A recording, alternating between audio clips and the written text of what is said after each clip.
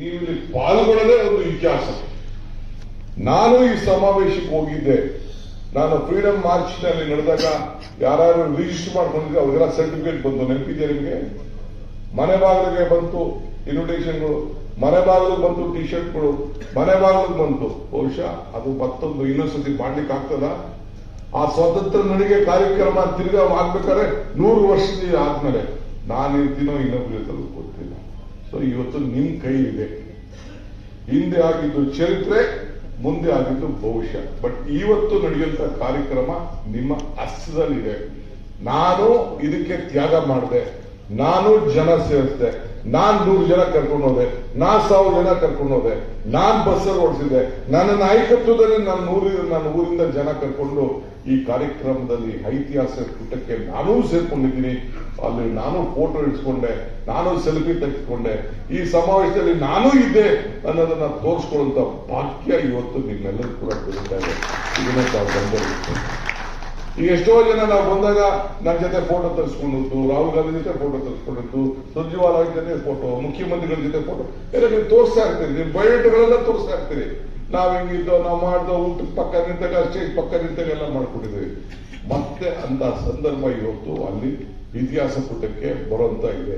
ಆ ವೇದಿಕೆ ಹೆಂಗ್ ಸಜ್ಜು ಮಾಡಿದ್ದೀವಿ, ವೇದಿಕೆ ಮೇಲೆ ಯಾವ ರೀತಿ ಇದೆ, ಎಂಟ್ರೆನ್ಸ್ ಯಾವ ರೀತಿ ನಾವು ಮಾಡಿದ್ದೀವಿ, ಇವೆಲ್ಲ ಕೂಡ ಒಂದು ದೊಡ್ಡ ಇತಿಹಾಸ ಪುಟಕ್ಕೆ ಸೇರೋದು. ಅದಕ್ಕೋಸ್ಕರ ನಮ್ಮ ಪೀಳಿಗೆ ನಾವು ಸಂವಿಧಾನ ಬದಲಾವಣೆ ಮಾಡೋಕ್ಕಾಗಲ್ಲ. ನಮ್ಮ ನಾಯಕರು ಈ ದೇಶಕ್ಕೆ ಗಾಂಧೀಜಿಯವ್ರನ್ನ ಹೆಸರನ್ನ ಬಿಜೆಪಿ ತಗೊಳಕ್ಕಾಗಲ್ಲ, ದಳದವ್ರು ತಗೊಳಕ್ಕಾಗಲ್ಲ. ನಿಮಗ್ ಮಾತ್ರ ಈ ಹೆಸರನ್ನ ತೆಗೆದುಕೊಂಡು ಈ ರಾಷ್ಟ್ರ ಧ್ವಜವನ್ನ ಹಾಕೊಳ್ಳಿಕ್ಕೆ ಅವಕಾಶ ಇರೋದು ನಿಮಗೆ ಮಾತ್ರ. ಅದಕ್ಕೆ ನಿಮ್ಮ ಕೊಡುಗೆ ಮುಖ್ಯ. ನಮಗೆ ಸಿಂಗಲ್ ಮ್ಯಾನ್ ಆರ್ಮಿ ಬೇಡ. ನೀವು ಸಿಂಗಲ್ ಮ್ಯಾನ್ ಆರ್ಮಿ, ನೀವು ಒಬ್ಬರೇ ಬಂದ್ಬಿಟ್ಟು ಆಗುತ್ತೆ. ನೀವು ಒಬ್ಬೊಬ್ಬ ಇಷ್ಟಿಷ್ಟು ಜನ ಕರ್ಕೊಂಡು ಬರ್ಬೇಕು ಅಂತ ಇವತ್ತೆಲ್ಲ ನಾಯಕರುಗಳು ಇವತ್ತು ಕುಂಡಿಸ್ಕೊಂಡು ನಾವು ಮಾತಾಡ್ದೋ. ಬರೀ ನಿಮ್ಮ ಅಖಂಡ ಧಾರವಾಡ ಜಿಲ್ಲೆಯಿಂದ 75,000 ಜನ ಬರ್ತೀವಿ ಅಂತೇಳಿ ಹೇಳಿದ್ದಾರೆ.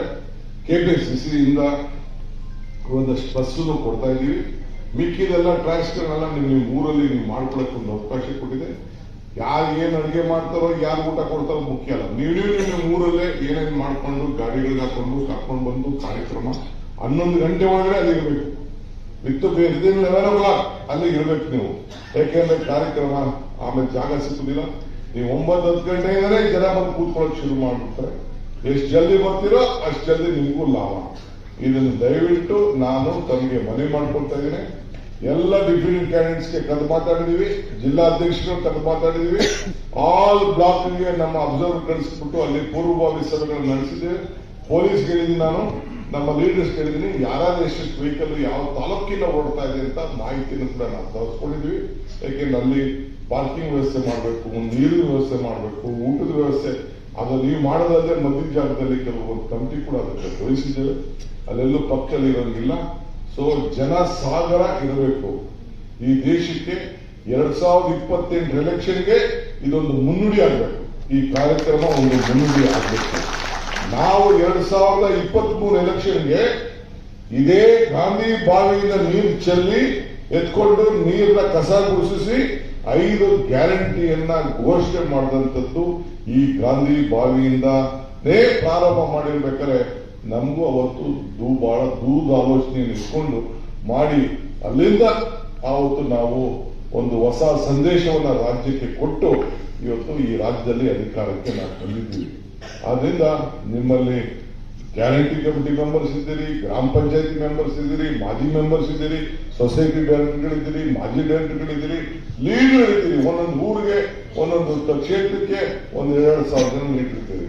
2,000 ಜನ 10 ಜನ ಕರ್ಕೊಂಡು ಬಂದ್ರೆ ಒಂದು ಕ್ಷೇತ್ರಕ್ಕೆ 10,000 ಜನ ಕರ್ಕೊಂಡು ಬರ್ಲಿಕ್ಕೆ ಒಂದು ಅವಕಾಶ ಇದೆ. ಅದಕ್ಕೆ ಈ ಅವಕಾಶವನ್ನ ನೀವು ಕಳ್ಕೊಳ್ಬಾರ್ದು ಅನ್ನೋ ದೃಷ್ಟಿಯಿಂದ ಹೇಳಲಿಕ್ಕೆ ನಿಮ್ನೆಲ್ಲ ನಾವು ಆಹ್ವಾನವನ್ನ ಕೊಡ್ತಾ ಇದ್ದೇವೆ. ಈ ಜವಾಬ್ದಾರಿಯನ್ನ ತೆಗೆದುಕೊಳ್ಬೇಕು. ಈ ಇತಿಹಾಸ ಪುಟಕ್ಕೆ ತಾವೆಲ್ಲ ಸೇರ್ಕೊಳ್ಬೇಕು ಅಂತ ಹೇಳಿ ತಮ್ಮಲ್ಲಿ ಪ್ರಾರ್ಥಿಸಿ ಇವತ್ತು ಬೇರೆ ಏನಿಲ್ಲ, ಎಲ್ಲ ನಿಮ್ಮ ಲೀಡರ್ಸ್ ಹತ್ರ ನಾನು ಮಾತಾಡಿದ್ದೀನಿ, ಎಲ್ಲರೂ ತಿಳಿಸಿದ್ದೇವೆ. ಜನರಲ್ ಸೆಕ್ರೆಟರಿಗಳು ಮಾತಾಡಿದ್ದಾರೆ, ಮಂತ್ರಿಗಳು ಜವಾಬ್ದಾರಿ ತೆಗೆದುಕೊಂಡಿದ್ದಾರೆ. ಇದು ಯಾರ ವ್ಯಕ್ತಿಗತವಾದಂತ ಕಾರ್ಯಕ್ರಮ ಅಲ್ಲ, ಇದು ದೇಶದ ಕಾರ್ಯಕ್ರಮ, ಕಾಂಗ್ರೆಸ್ ಕಾರ್ಯಕ್ರಮ, ನಿಮ್ಮ ಕಾರ್ಯಕ್ರಮ. ಇದನ್ನು ಗಮನದಲ್ಲಿ ಇಟ್ಕೊಂಡು ಇದನ್ನೆಲ್ಲ ಸೇರಿ ಯಶಸ್ವಿ ಮಾಡಬೇಕು. ಜೈ ಬಾಪು, ಜೈ ಭೀಮ್, ಜೈ ಸಂವಿಧಾನ. ಈ ಕಾರ್ಯಕ್ರಮವನ್ನು ಯಶಸ್ವಿ ಮಾಡಬೇಕು ಅಂತ ಹೇಳಿ ತಮ್ಮನ್ನು ಪ್ರಾರ್ಥನೆ ಮಾಡ್ತಾ ಇದ್ದೀನಿ. ನಮಸ್ಕಾರ.